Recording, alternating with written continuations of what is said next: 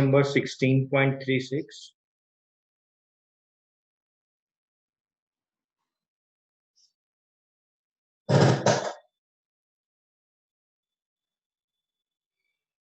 Page number 16.36.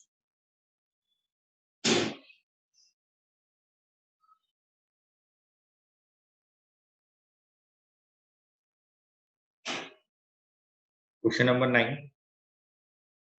A owed B rupees 8,000. He gave a bill for the same on 1st August 2018, payable after 4 months at the Bank of India, Chandni Chowk, Delhi. Immediately after receiving the bill, B endorsed it to C. B ने endorse किया है C को, इस बात को याद रखेंगे आपको. B ने endorse किया है. In payment of his debt, on 1st September, C discounted the bill at 12% per annum. The bill is met on due date.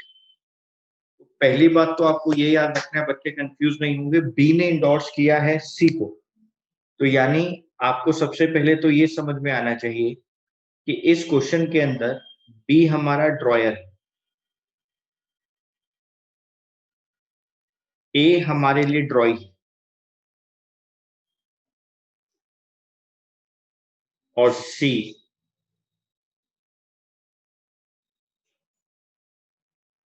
हमारे लिए endorsee.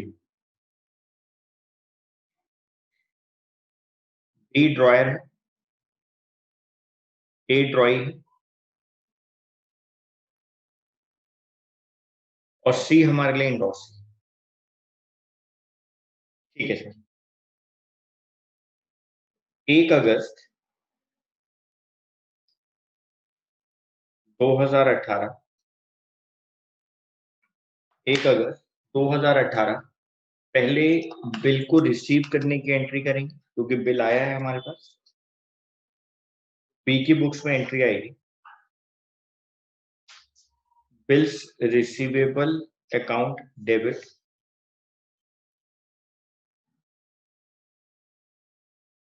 To A's account 8,000 8,000. A की बुक में एंट्री आएगी B's account debit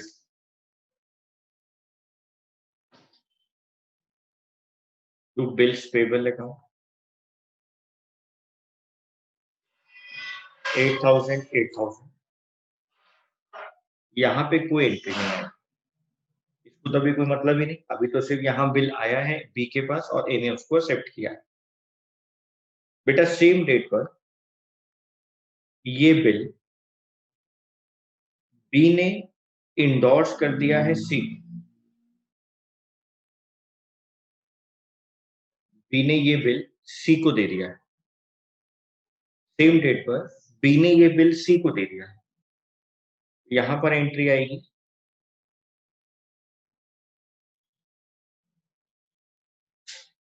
C account debit to B R account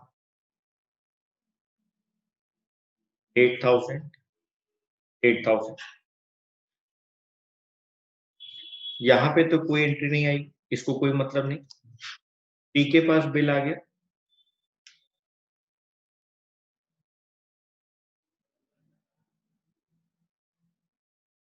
B R account debit to B's account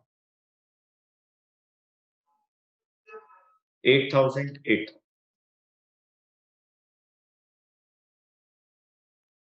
अब क्या हुआ बच्चों, अब क्वेश्चन में ये लिखा है कि 1 सितंबर को, 1 सितंबर को एक महीने के बाद 1 सितंबर को सी ने, जिसके पास ये बिल है, अभी सी के पास अभी बिल है ना, सी ने इस बिल को डिस्काउंट करवाया. इसको कोई मतलब नहीं, इसको कोई मतलब नहीं. यहां से यहां 1 महीना निकल चुका है. बिल 3 महीने का था, लिखा हुआ क्वेश्चन के अंदर, आप अच्छे से देख लो. नहीं, 4 मंथ्स का, बिल 4 मंथ्स का है. अब उसमें से 1 महीना निकल चुका, बिल रह गया 3 महीने का. तो यहाँ पर एंट्री जो होगी डिस्काउंट वाली वो 3 महीने के अकॉर्डिंग होगी, यानी हम 3 महीने का डिस्काउंट निकालेंगे। बैंक अकाउंट डेबिट,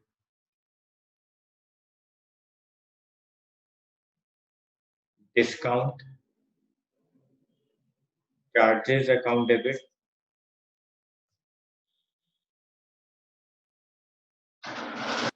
तो बीआर अकाउंट 8,000, 8,000 के ऊपर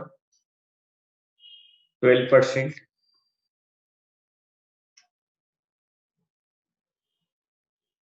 3 महीने के लिए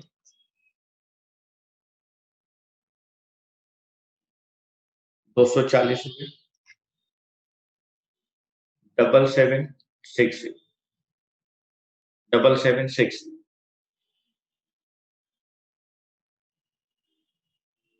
अब बेटे आप ये देखो, 1 अगस्त का बिल था, 4 महीने का बिल था, तो ए को जो पेमेंट करनी है, ए को जो पेमेंट करनी है वो 4 महीने के बाद करनी थी। और क्वेश्चन में ना लास्ट लाइन में लिखा है, अगर आप लास्ट लाइन देखो एक बार, तो लास्ट टाइम लिखा था bill is met on due date. Bill जो है वो ड्यू डेट के ऊपर मेट हो गया है, यानी सर बैंक जो है वो 3 महीने के बाद ए के पास चला गया है और उससे पेमेंट ले ली। हाँ बेटे, तो 1 अगस्त से 4 महीने गिनो, 1 सितंबर, 1 अक्टूबर, 1 नवंबर, 1 दिसंबर, 3 दिन प्लस करो, 4 दिसंबर 2018। यहाँ कोई एंट्री नहीं है, ये पेमेंट की एंट्री करेगा। बिल्स पेबल अकाउंट डेबिट,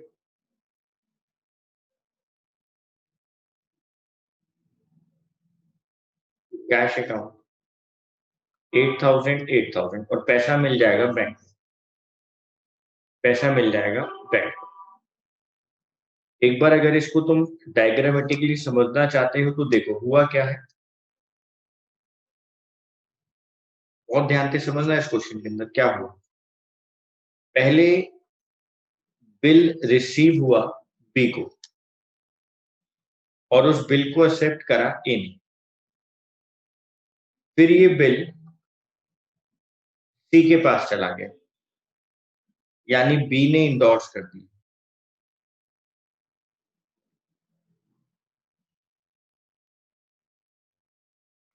और सी ने बिल को रिसीव कर लिया।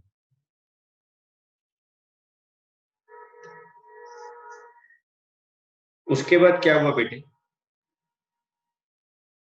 ये बिल अभी सी के पास था,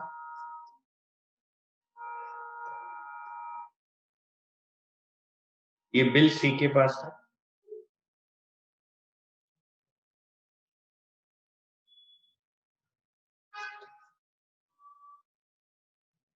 सी ने इसको बैंक से डिस्काउंट कर लिया,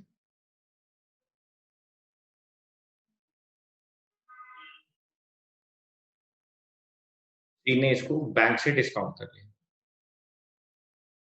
और बेटे डिस्काउंट करने के बाद जब ड्यू डेट आई,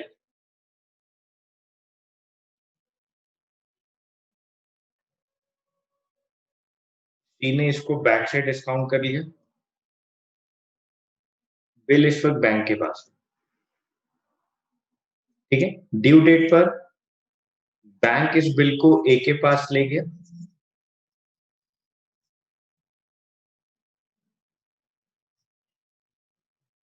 ड्यू डेट पर बैंक इस बिल को ए के पास ले गया, और बेटा ए ने पेमेंट कर दी।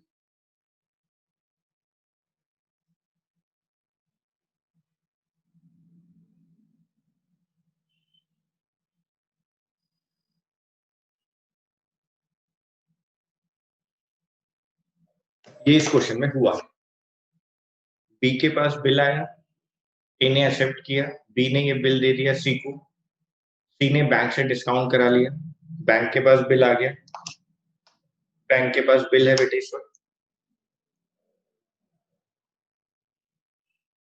ड्यू डेट पर जब ड्यू डेट आई बैंक ने ड्यू डेट पर इस बिल को दे दिया ए को,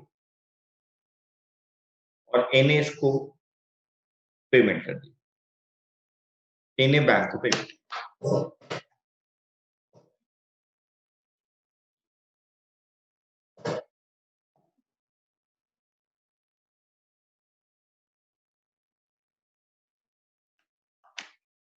आप एंट्री देख सकते हैं। यहाँ पे एक ये इंपॉर्टेंट बात थी कि डिस्काउंट 3 महीने का हुआ है, क्योंकि डिस्काउंट बिल जो डिस्काउंट हुआ है वो 1 सितंबर में हुआ।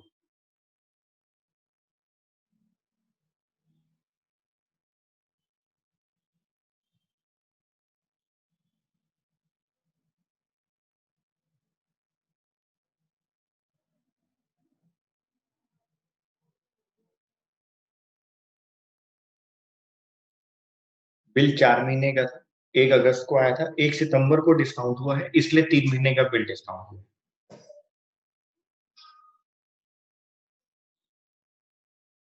क्वेश्चन नंबर 10 पे इंपॉर्टेंट लिखेंगे बच्चे।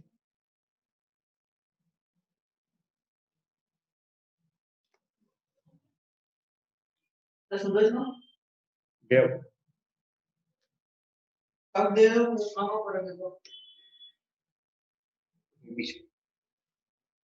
Question number 10, page number 16.36।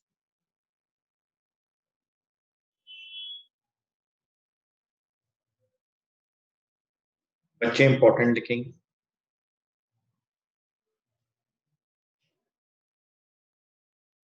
Question को बहुत ध्यान से देखेंगे।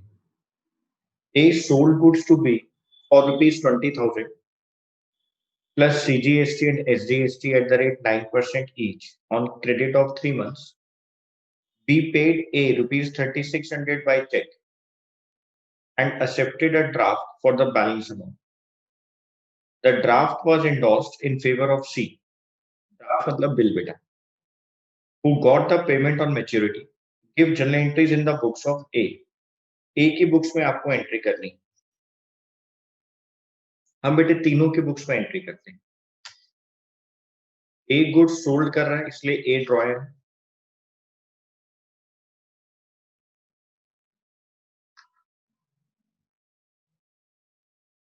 बी ड्रॉई है।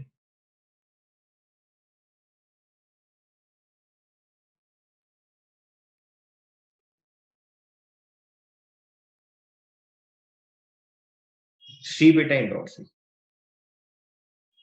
सर यहाँ पे डेट्स नहीं गिवन, कोई नहीं बेटा, नहीं गिवन तो फर्स्ट एंट्री सेल की entry, B's account debit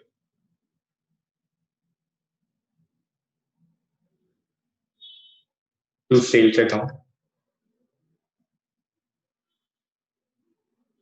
to output CGST account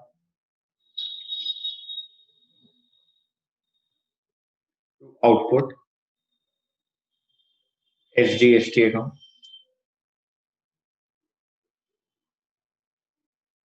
9% का टैक्स रेट है। सेल है हमारे पास 20,000 की, 20,000 की सेल हो गई। 9% का टैक्स रेट है हमारे पास। 20,000 का 9%, 1800, 1800 यहाँ पर हो गया 23,600। बी की बुक्स में एंट्री हो गई।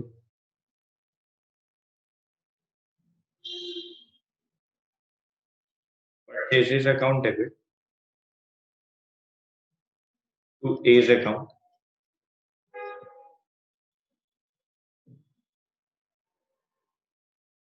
Input CGST account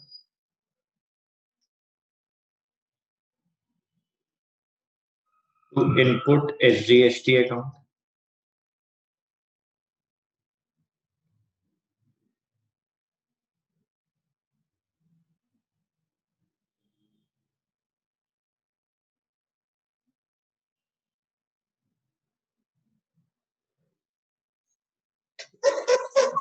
input debit में आएगा, sorry, purchases account debit, input CGST account debit input SGST account debit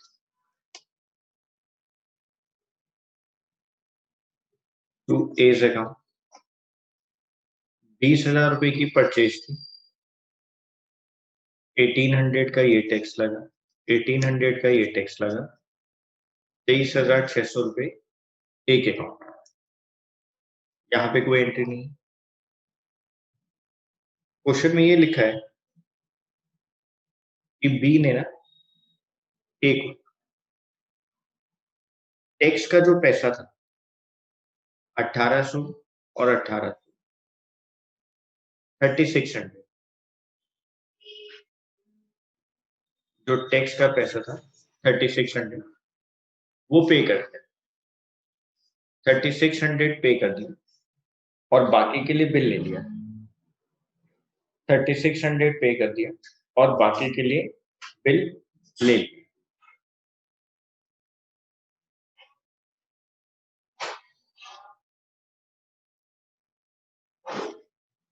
bank account debit,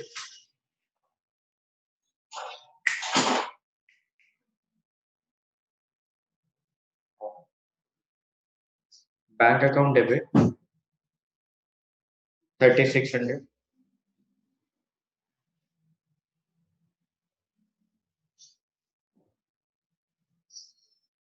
B R account debit 20,000,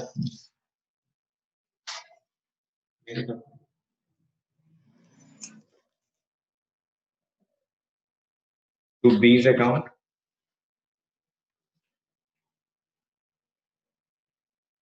23,600। यहाँ पर एंट्री क्या आएगी? एज अकाउंट डेबिट 23,600,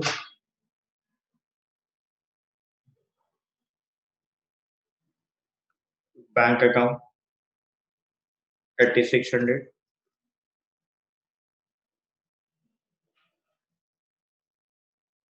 और टू बिल्स पेबल अकाउंट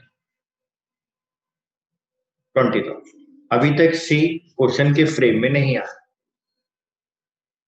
अभी तो सिर्फ गुड्स सेल हुए हैं, गुड्स परचेज हुए हैं, यहाँ बिल आया है, यहाँ बिल एक्सेप्ट हुआ है, यहाँ पे टैक्स का अमाउंट रिसीव हो गया, यहाँ पे टैक्स का अमाउंट पे हो गया।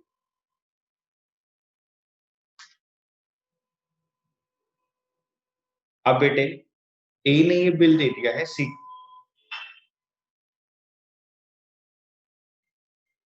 तो C's account debit, C's account debit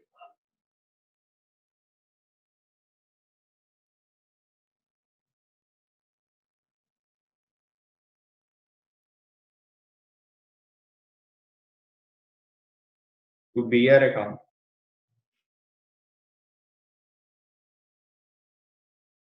20,000, 20,000। B को कोई मतलब नहीं, सी के पास बिल आ गया, बीआर अकाउंट डेबिट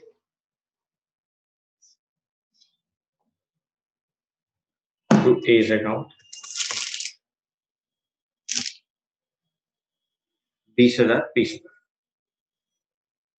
ए ने सी को इंडोर्स कर दिया और जो सी है उसने ए से एक्सेप्ट कर दिया। लास्ट पॉइंट में लिखा हुआ है the draft was endorsed in favor of C who got the payment on maturity। उसको मैच्योरिटी पे पेमेंट मिल भी गई। तो बेटे ये तो पेमेंट करेगा नहीं, पेमेंट तो बी करेगा। तो जब ये पेमेंट करेगा तो ये एंट्री क्या करेगा बेटे? Bills payable account debit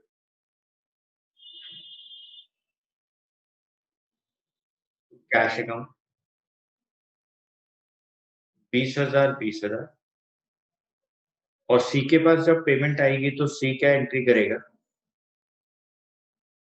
cash account debit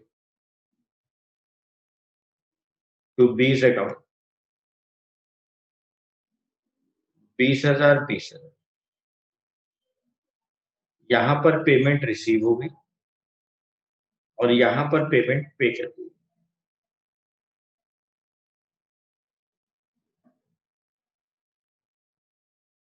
cell हो गई, परचेज हो गई, बिल आ गया, साथ में टैक्स का पैसा आ गया, उसने बिल एक्सेप्ट कर लिया, टैक्स की पेमेंट कर दी, और फाइनली जब बिल इंडोर्स हुआ सी को, तो उसके पास बिल चला गया। और बेटे इंडोर्समेंट के बाद क्या हो गया, उसने पेमेंट कर दी।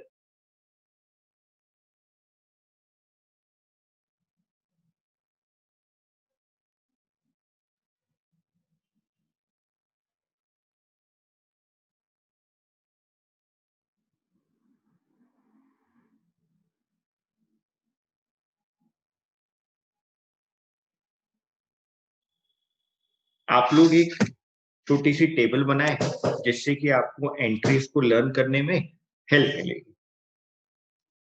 आप फर्स्ट टेबल पे लिखो ट्रांजैक्शंस, फर्स्ट कॉलम में।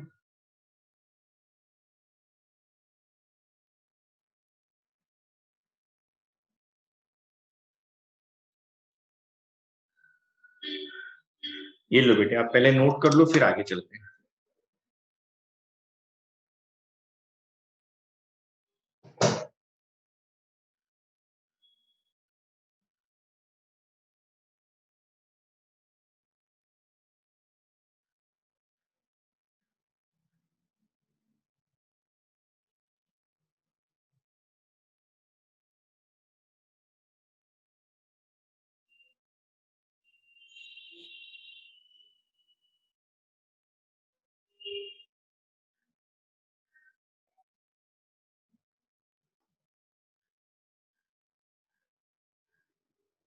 बच्चे ने लिखा है, उसका हो गया कुछ। आगे देखो बेटे,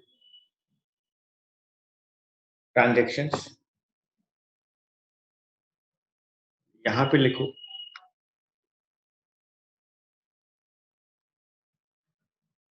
इन द बुक्स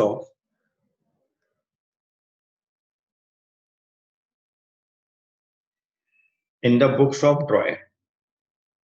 हमारे पास चार केसेस होते हैं। When the bill of exchange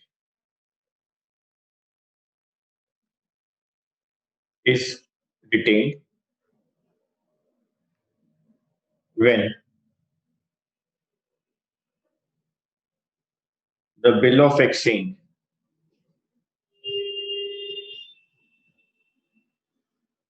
is discounted,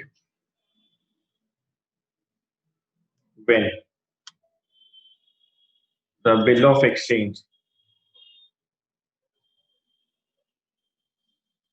is endorsed,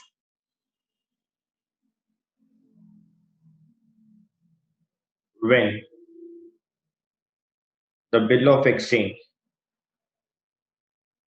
is sent to bank for collection। अभी हमने फोर्थ केस नहीं किया है, अभी हम लोग वो करेंगे। हम लोग अभी आपके साथ तीन केस डिस्कस कर चुके हैं। तो ड्रॉयर के पास यही चार पॉसिबिलिटीज होती हैं।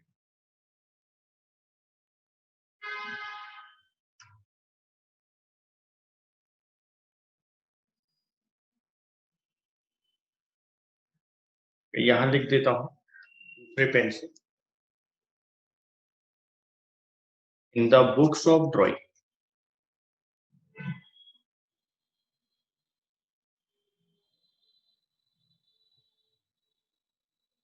In the books of drawing.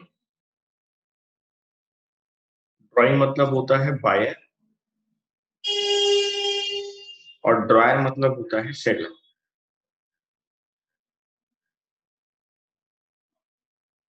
Dryer मतलब होता है सेलर, और ड्रॉई का मतलब होता है बायर। बेटे first transaction,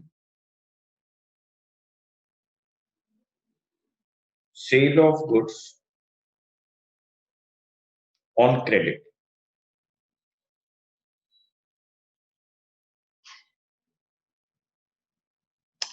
sale of goods on credit, जब गुड्स बेचे जाएं क्रेडिट पर। मैं टैक्स वाली बात साथ में कर लेता हूं, यहां पर एंट्री आती है,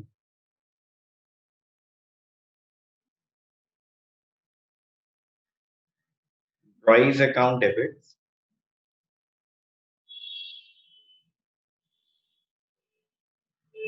to sales account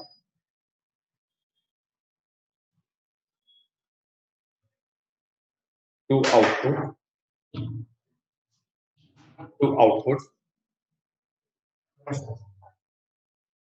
TGST account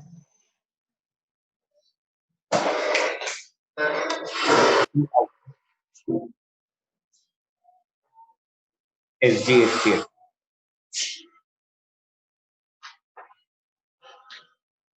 अब अगर आपको टैक्स नहीं दिया हो तो आप वो टैक्स वाली एंट्री नीचे मत करना, जीएसटी वाली, और अगर टैक्स दिया है तो आप वो एंट्री साथ में करना। यहां भी सेम एंट्री होती है, कोई भी केस एंट्री तो सेल की सेम ही हो, एंट्री जो सेल की है बेटे वो तो सेम ही हो, कोई भी केस हो। Drawee account debit to sales account to output CGST account to output SGST account.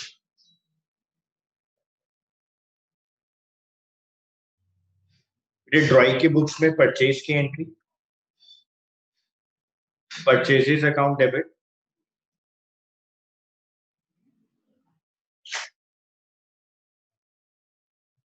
Purchases account debit input CGST account debit input SGST account debit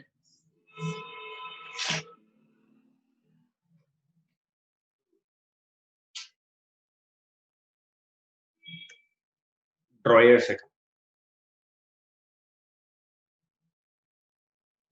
Purchases account debit, input CGST account debit, input SGST account debit to drawers।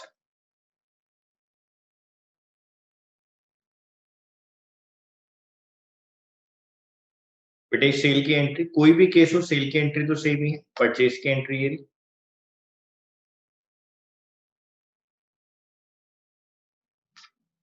Point number 2,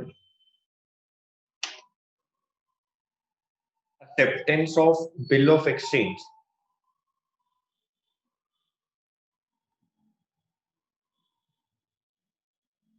acceptance of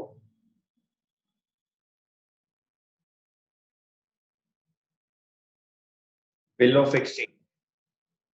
बेटे जब bill of exchange accept होता है, नहीं मेरे पास आएगा, हम लोग तो रिसीव करेंगे ड्रॉयर तो, और ड्रॉई उसको एक्सेप्ट करेगा, तो सारे केस में एक ही तो एंट्री होती है, बिल्स रिसीवेबल अकाउंट डेबिट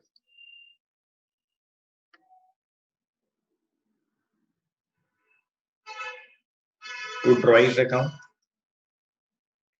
यहाँ भी सेम एंट्री, कोई भी केस बिल आने की एंट्री तो सेम ही रही, और यहां पर एंट्री होती है बच्चों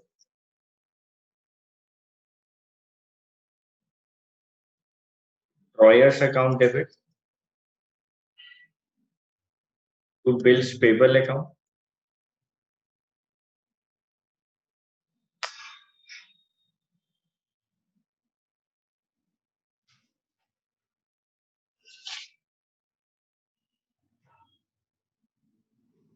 point number 3,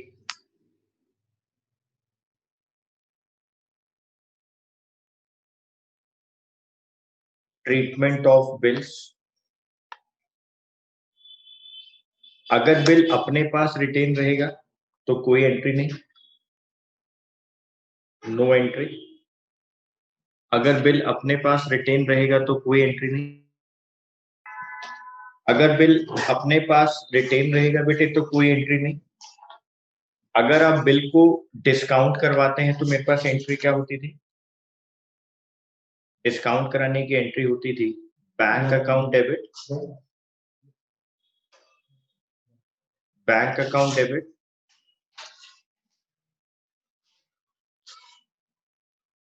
discount charges account debit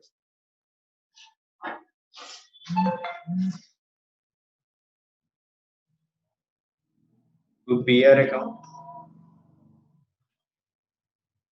third case में एंट्री होती है endorsee account debit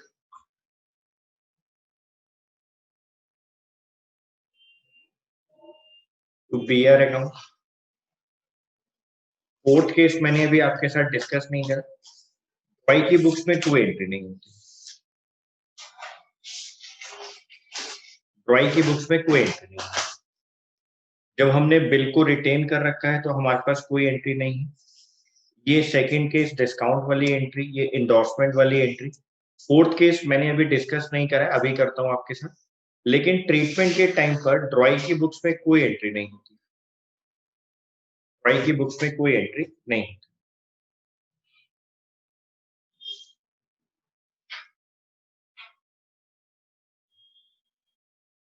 point number 4, bill of exchange is met on due date। जब हमारे पास पैसा आ जाता है बेटे ड्यू डेट पर, तो यहां पर एंट्री होती है cash account debit to B R account. यहाँ पे कोई एंट्री नहीं होती क्योंकि बिल बैंक के पास होता है, बैंक अपने पास रिसीव करेगा। यहाँ भी कोई एंट्री नहीं होती क्योंकि बिल इंडोर्सी के पास होता है, वो रिसीव करेगा। फोर्थ के सही मैंने डिस्कस नहीं करा, अभी डिस्कस करते हैं। लेकिन यहाँ पर सिर्फ एक ही एंट्री होती है, ये तो पेमेंट की एक ही एंट्री करेगा, इसके पास बिल लेकर कोई भी आ जाए। Bills payable account debit to cash account.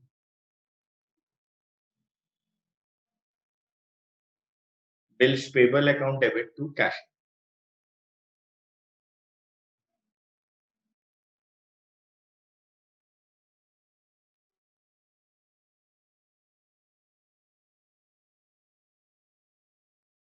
Case number 4 जो है ये अभी बताता हूँ मैं आप लोगों को।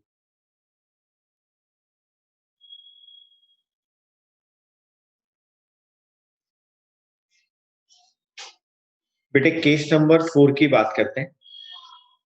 Case number 4, when bill is sent to bank for collection।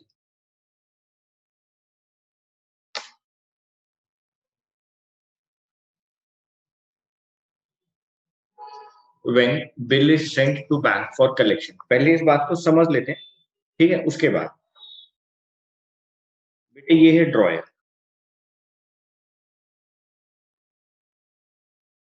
ठीक है।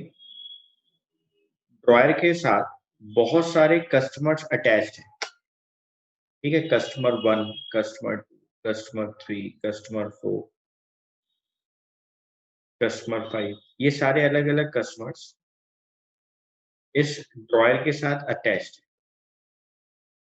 है, इनके साथ सेल परचेज का काम करते हैं। इस ड्रॉयर के पास बेटे मान लो 10 बिल ऑफ एक्सचेंज आते हैं, 10 बिल ऑफ एक्सचेंज।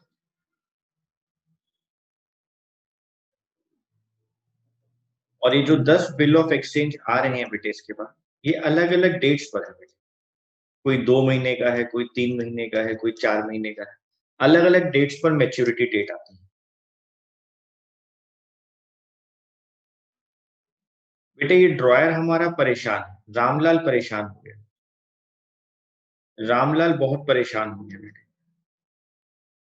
रामलाल क्यों परेशान हो गया? रामलाल इसलिए परेशान है कि उसको कई बार याद ही नहीं रहता कि बिल की मैच्योरिटी डेट आ रही है, वो इतना बिजनेस में व्यस्त रहता है। मैंने तो यहाँ पे एग्जाम्पल में सिर्फ 10 बिल लिए हैं। मान लो बेटे 10 से ज्यादा बिल हूँ, 15 बिल हूँ, 20 बिल हूँ, 25 बिल हूँ, तो क्या करें? परेशान हो जाएंगे। तो यहाँ पर क्या होता है बेटे, कमर्शियल बैंक्स हम लोगों को ना एक सुविधा देते हैं। कमर्शियल बैंक्स हम लोगों को एक फैसिलिटी प्रोवाइड करते हैं, एक फैसिलिटी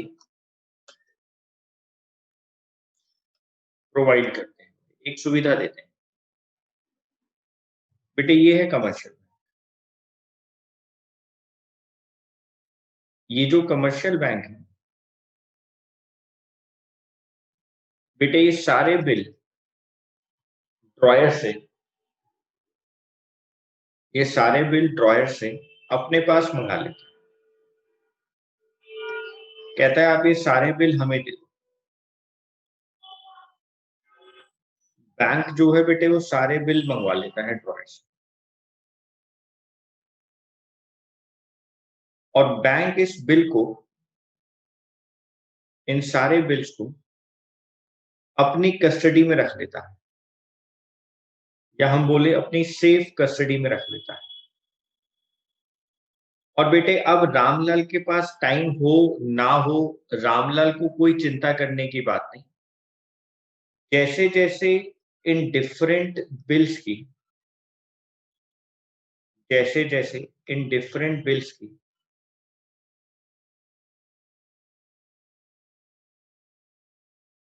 ड्यू डेट आएगी,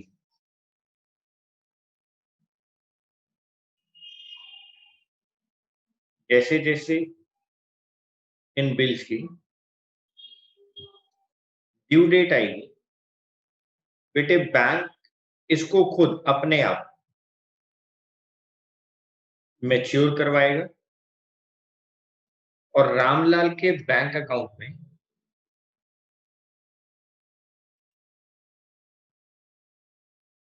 डिपॉजिट कर देगा।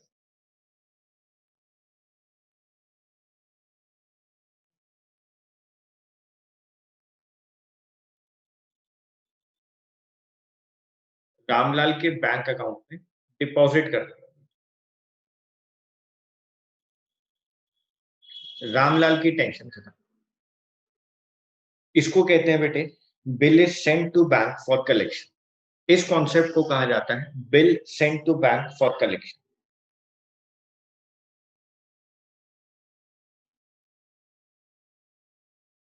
यहां लिख दें इसके बारे में कुछ बेटे।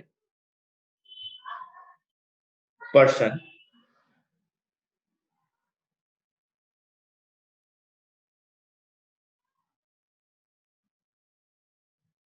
receiving the bill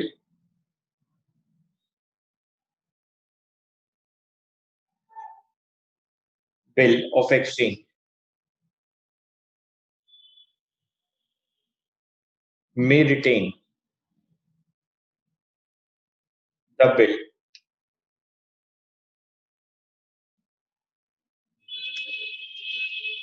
till maturity and receive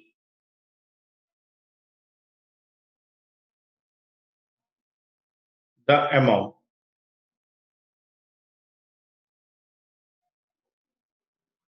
as per the bill.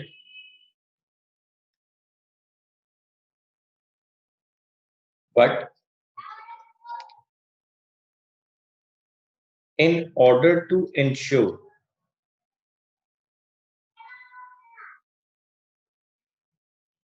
safety,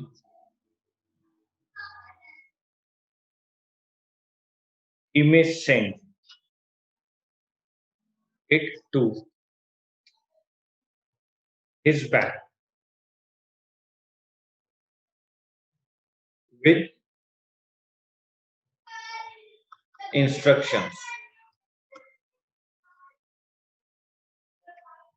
that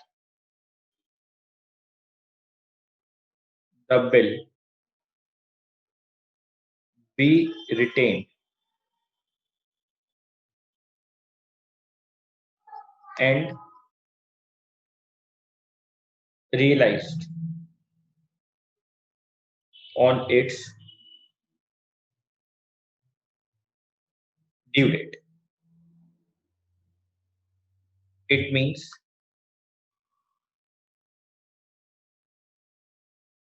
bank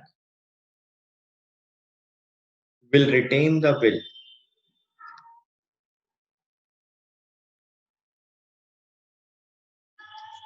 will retain the bill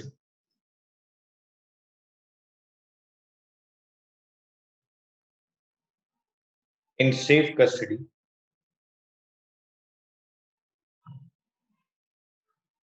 and present it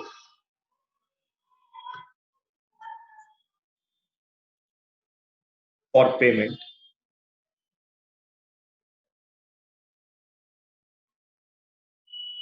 on the due date.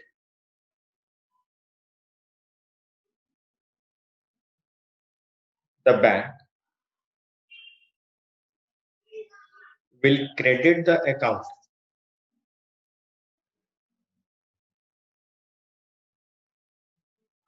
of the customer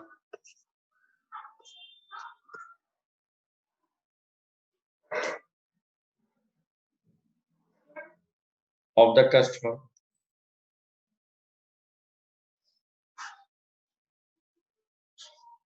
on realization of amount.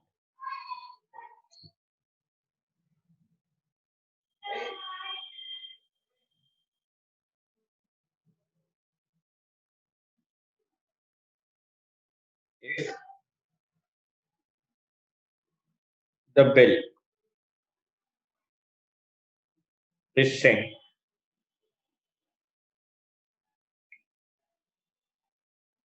to the bank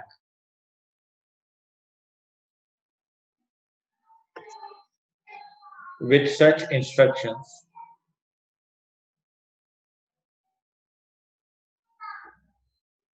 it is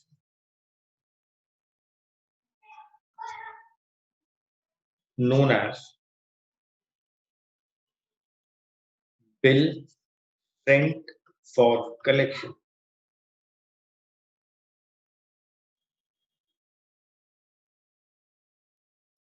It is known as bill sent for collection.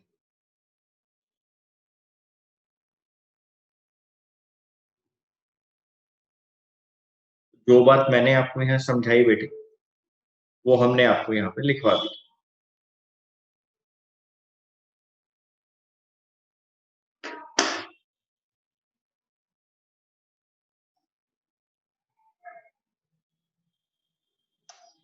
जो बात हमने आपको समझाई वो हमने आपको यहाँ लिखवा दी।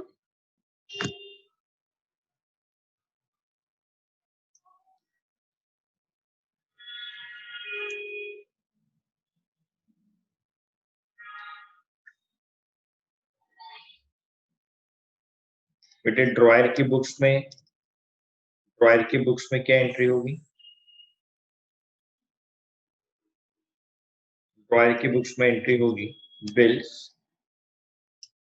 Saint for collection,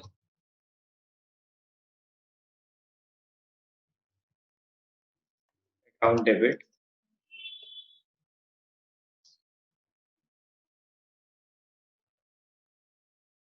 to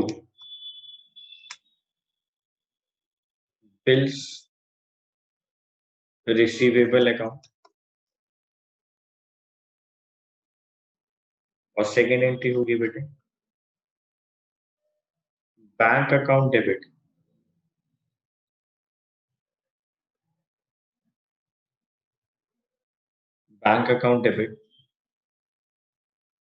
to bills sent for collection account.